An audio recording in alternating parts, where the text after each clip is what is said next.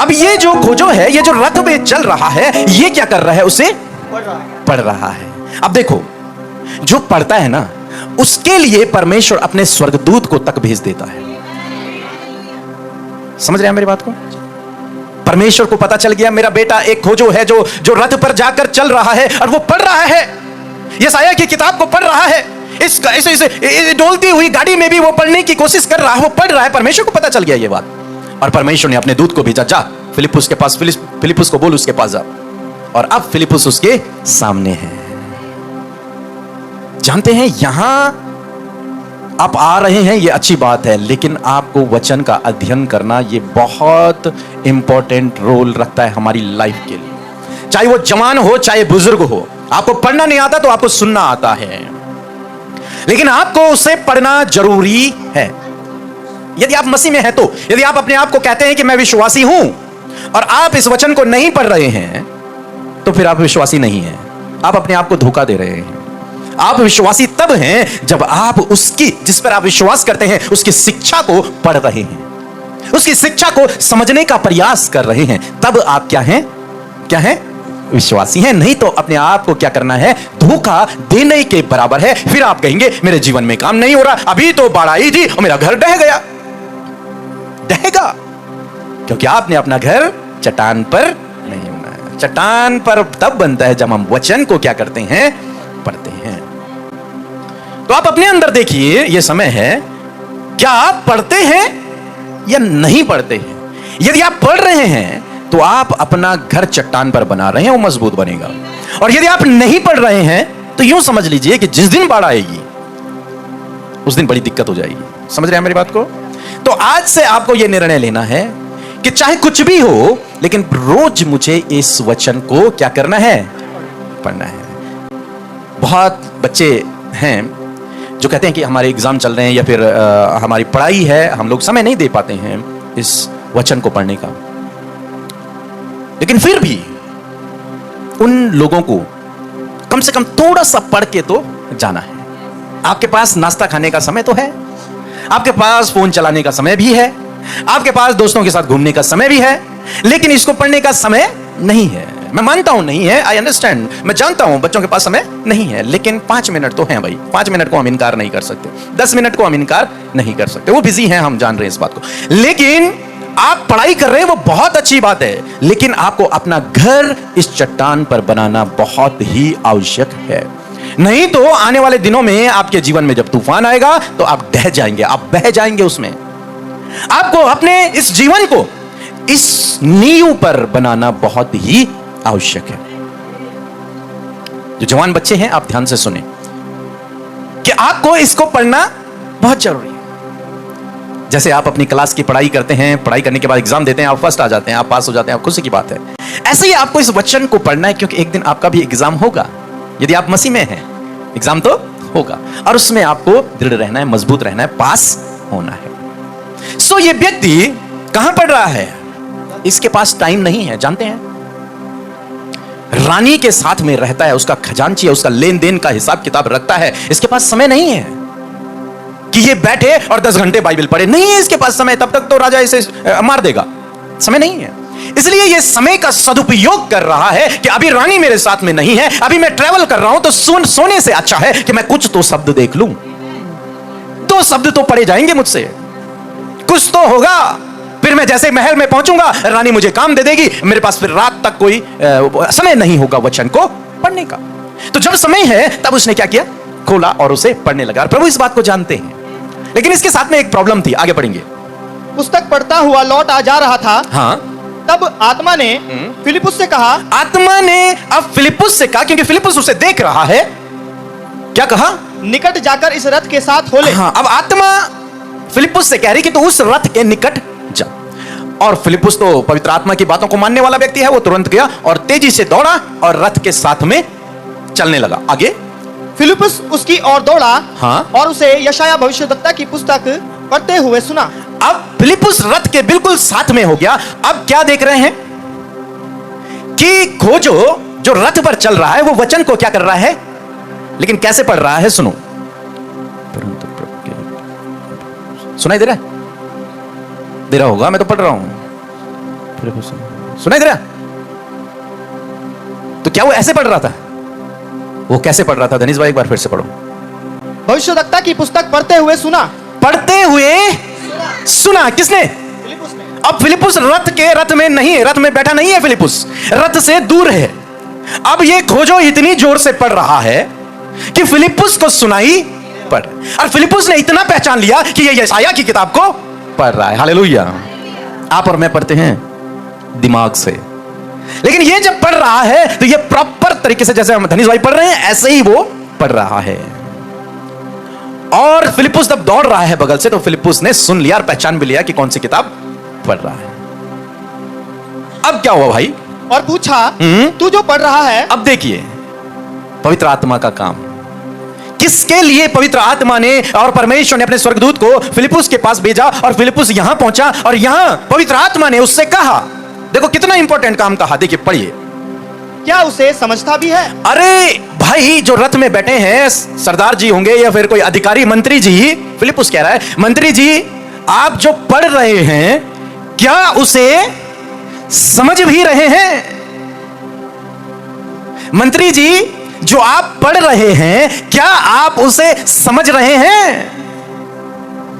इस सवाल को पूछने के लिए पवित्र आत्मा ने उसे वहां भेजा।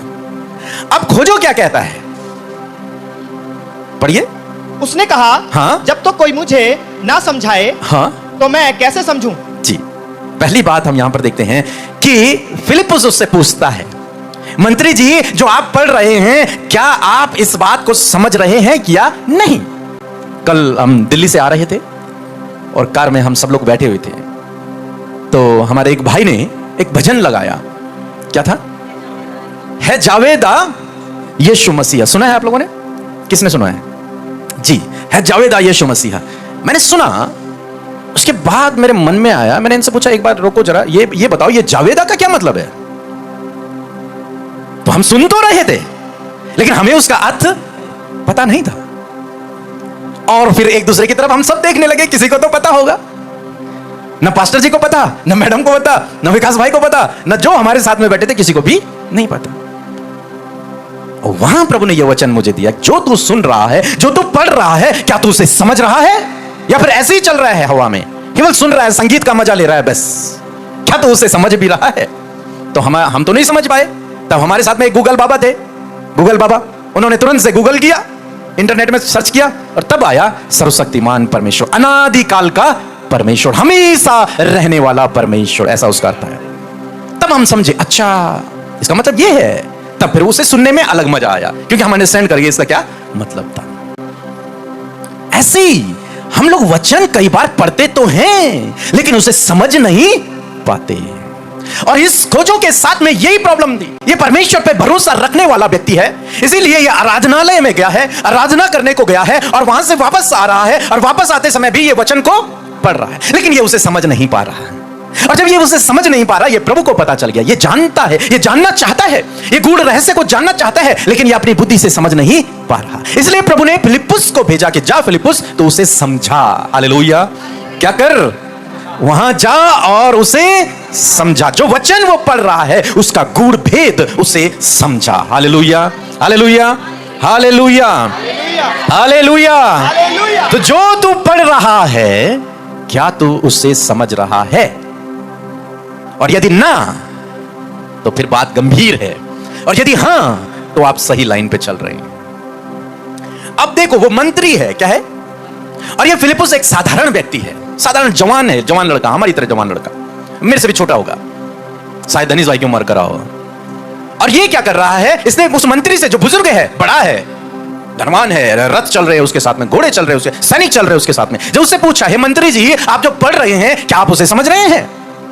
तो मंत्री जी ने घमंड में नहीं बोला, तू क्या जानता है इस बारे में है? उसने कहा नहीं। उसने साधारण से, इतनी दीनता नम्रता से जवाब दिया। उसने कहा, जब तक कोई मुझे समझाएगा नहीं मैं कैसे समझूंगा। हालेलुया। जब तक कोई मुझे समझाएगा नहीं मैं कैसे समझूंगा। उसके बाद फिलिप्पुस अब रथ में चढ़ गया। आपको समझ आया एक बात? जो तू पढ़ रहा है क्या तू उसे समझ रहा है? और प्रभु यीशु मसीह ने भी इन बातों को बहुत बार कोट किया अपने वचन में, जहां पर प्रभु यीशु मसीह ने कहा, ये सुनते तो हैं, हाँ ये सुनते तो हैं पर समझते नहीं। इसलिए कहा जिसके कान हो वो। प्रभु यीशु मसीह ने बहुत बार कहा। एक वचन और हम पढ़ेंगे, नहमीया की किताब उसका 1 अध्याय 8 पद, बस खत्म कर रहे हैं। यहां पर नहमीया कह रहा है कि उस वचन की सुधि ले। मीन्स वो वचन को बहुत अच्छे से क्या करता था, समझता था। केवल उसे पढ़ा और सुना नहीं, उसने समझा उस वचन को।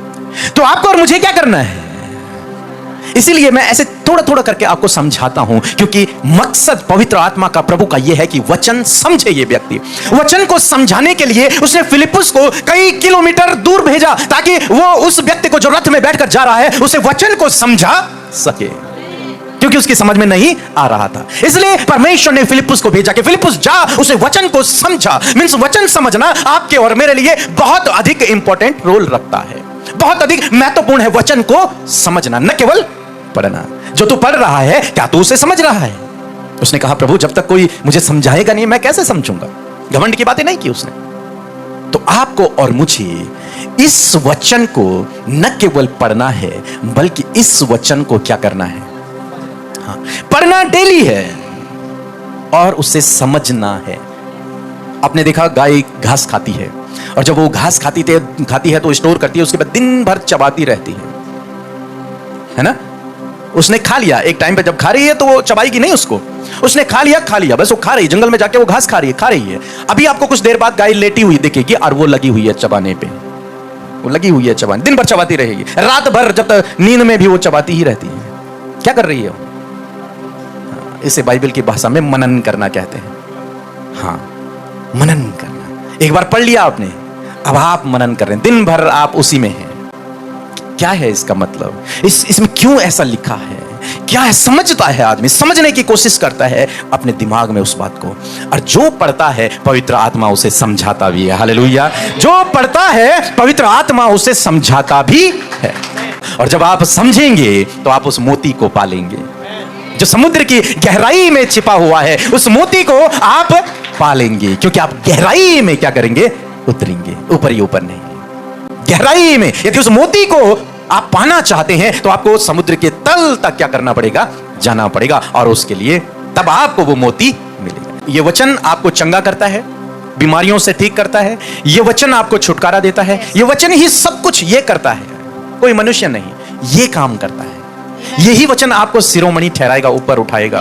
परमेश्वर ने यहोशू से कहा, क्या कहा कि दिन रात इस पुस्तक पर ध्यान करना, दिन रात इस पुस्तक पर ध्यान करना, और तब तू प्रभावशाली होगा और तेरे काम सब सफल होंगे। जब तू इस पर क्या करेगा, हाँ, ध्यान करेगा, मींस पढ़ेगा और समझेगा, पढ़ेगा और उसे समझेगा, तब तेरे काम क्या होंगे, सफल होंगे, और तू प्रभावशाली होगा, तू प्रतिष्ठित होगा, तू एक ऊंचे पदों पर नियुक्त होगा। पर कब, जब तू इसे पढ़ेगा और इसे समझेगा। आसान है, बहुत आसान बोलना कि मैं विश्वासी हूं, लेकिन यीशु ने कहा विश्वासी वो है जो मेरी आज्ञाओं पर चलता है। बस यीशु की दृष्टि में वो विश्वासी है, बाकी नहीं। बाकी हम कह रहे हैं मैं विश्वासी हूं, लेकिन उसकी दृष्टि में आप तब विश्वासी हैं जब आप उसकी आज्ञा को पढ़ रहे हैं, समझ रहे हैं और उस पर चल रहे हैं। जय मसीह आप सबको। मेरा नाम ममता है, मैं यूपी से बोल रही हूँ। मेरे जीवन में ढेर सारी गवाहियाँ हैं। पहली गवाही है कि मेरे मम्मी पापा भैया भाभी में बहुत लड़ाई झगड़े होते थे, बहुत टेंशन हो गया था, मैं बहुत रो रही थी। फिर मैंने फ़ोन किया, पीके भैया के मिनिस्ट्री में एक सिस्टर ने फ़ोन उठाई और बहुत समझाई और कहीं परमेश्वर पर भरोसा रखो, सब कुछ ठीक हो जाएगा। अब मेरे घर में सब कुछ ठीक हो गया, प्रेम है, शांति है। मैं परमेश्वर का धन्यवाद करती हूँ। दूसरी गवाही ये है कि मेरे माँ के नाक का कील खो गया था, वो रो रही थी। उन्हें विश्वास था कि परमेश्वर से प्रार्थना करेंगे तो मिल जाएगा। उन्होंने फिर फ़ोन करके हमसे कहा, हम प्रार्थना किए और सुबह मिल गया। हम परमेश्वर का धन्यवाद करते हैं। तीसरी गवाही है कि हमारे ससुर जी का बहुत तबीयत खराब था, वो दिमाग से एकदम अनाप शनाप बक रहे थे, का दिमाग काम नहीं कर रहा था। फिर हमने परमेश्वर के दास से फ़ोन करके प्रेयर करवाई और वो ठीक हैं, भले चंगे हैं। हम परमेश्वर का धन्यवाद करते हैं, पीके भैया और अमृता सिस्टर का भी धन्यवाद करते हैं। जय मसीह, आमीन।